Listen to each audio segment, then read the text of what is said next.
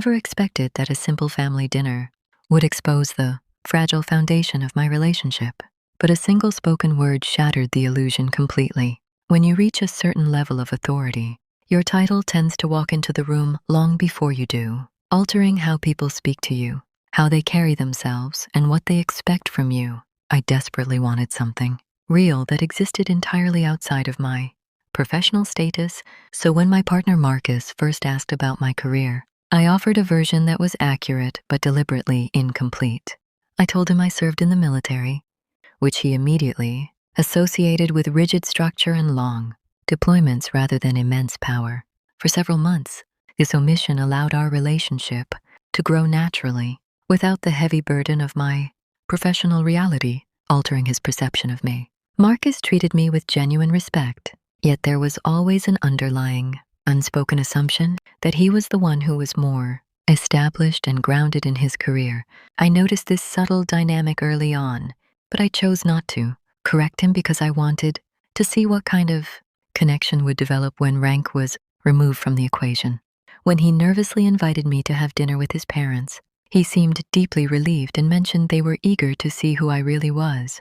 The neighborhood was filled with massive, perfectly manicured estates that practically shouted material success, and the house itself felt more like a curated museum than a home. Marcus parked the car, turned to me with a tense expression, and warned me that his parents could be exceptionally particular about things. I simply nodded and told him I could handle it, though the sterile atmosphere inside immediately made me realize this evening would be a test. His mother greeted us with a polite but superficial smile that felt more like a cold assessment than a warm welcome, while his father followed with a neutral, intensely observant gaze.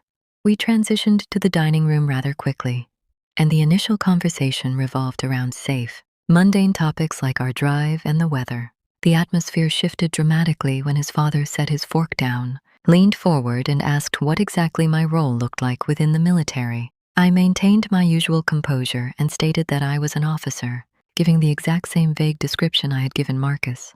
His father tilted his head, noting that the term officer covered a vast range of administrative or support roles, and his mother offered a faint smile while remarking that it must provide nice stability. I chose to let their narrow assumptions stand because it was fascinating to watch them place me into a neat, subordinate box without knowing the truth. Throughout the entire meal, they continued to ask questions that sounded polite on the surface but were clearly designed to minimize my achievements. Marcus did not seem to notice the condescending tone of the conversation, or perhaps this patronizing behavior was so normal in his family that it failed to register. His father then began lecturing the table about leadership, claiming true authority requires massive responsibility that most regular people simply never encounter during their lives. I nodded quietly and agreed with his statement, realizing that correcting his arrogance would be far less useful than observing how he treated someone he deemed beneath him.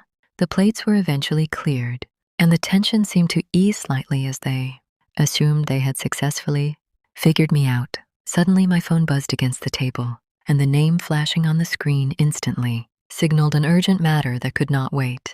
I apologized, stepped away from the table, and answered the call quietly, knowing that a time-sensitive deployment issue required my immediate authorization.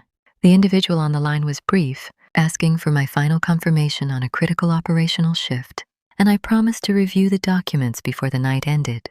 As I prepared to hang up, the person responded with a clear and distinct acknowledgement of my title, confirming my actual rank as an admiral. The word echoed through the quiet room, and when I walked back to the table, the entire energy of the space had completely transformed. Marcus was staring at me with wide eyes, trying to process the massive gap between his assumptions and reality, while his father suddenly sat up much straighter. A heavy silence filled the dining room before Marcus finally cleared his throat and pointed out that I had never mentioned holding such a high position. I looked at him calmly and responded that he had never actually asked for the specific details of my rank. His father nervously adjusted his posture and admitted that commanding an entire fleet was an incredibly significant responsibility, completely reversing his earlier patronizing tone.